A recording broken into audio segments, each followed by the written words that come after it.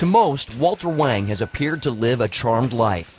A successful CEO, Wang grew up under the leadership of his father, the late Wang Yongqing, who was the founder of Formosa Plastics in Taiwan and one of the world's richest men. Walter Wang also grew up in a Christian home. But he was a U.S. missionary that traveled to Taiwan to spread God's gospel, and my grandfather received. The family eventually immigrated to California, where their success in business continued. However, 5 years ago, their world took a major hit. Doctors diagnosed Wang with a rare form of nasal cancer. It's a 4th stage because the cancer has already spread to the skull base. He underwent hours of chemotherapy and radiation treatment, but it was after advice from a Christian friend and an encounter with the Holy Spirit that true healing began to take place. The friend asked him if he was dealing with unforgiveness. And he said, "You know, Walter, Jesus came to forgive each and every one of us. God's character is love, so therefore he forgave. He sent his begotten Son and he died for us on the cross. So if you are going against God's heart and character, you will never get healing. You'll never receive healing."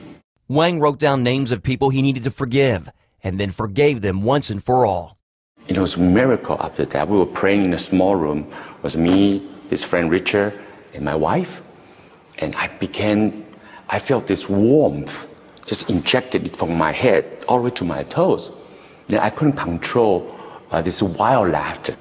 After 10 minutes of laughter nonstop, I felt this burden that is like locked up in my heart for maybe years, decades, gone.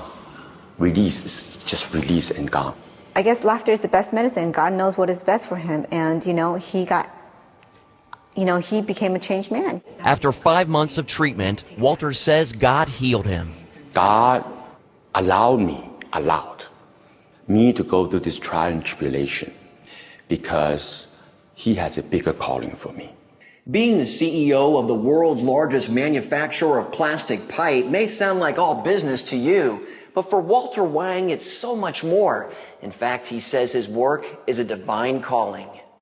When you think about it, pipe brings the essence of life to people. J.M. Eagle has donated miles and miles of pipe to bring clean water to villages all over the world, including many in Africa, to fight against illness and poverty. Africa is not water deficient. It's infrastructure deficient. In other words, there are clean water sources in Africa, but limited ways to get that water to people who need it. One of the countries to benefit from this generosity is Senegal. J.M. Eagle supplied 70 miles of plastic pipe to transport water to dozens of villages in the African country, helping more than 13,000 people. Hundreds of public water taps are now available to villagers, eliminating the need for women and children to walk for hours to a contaminated water source. You turn on the water comes out. 30-second walk. This year, Wang's company shipped another 200 miles of pipe to 7 other African countries. When the projects are complete, around 150,000 people will have access to clean water. Wang says his parents instilled in him early on the biblical principle of giving. Always do good for others, and that good ultimately will come back to yourself. As his company continues to grow, Wang believes God has placed him in his leadership position to not just pipe in physical water to people.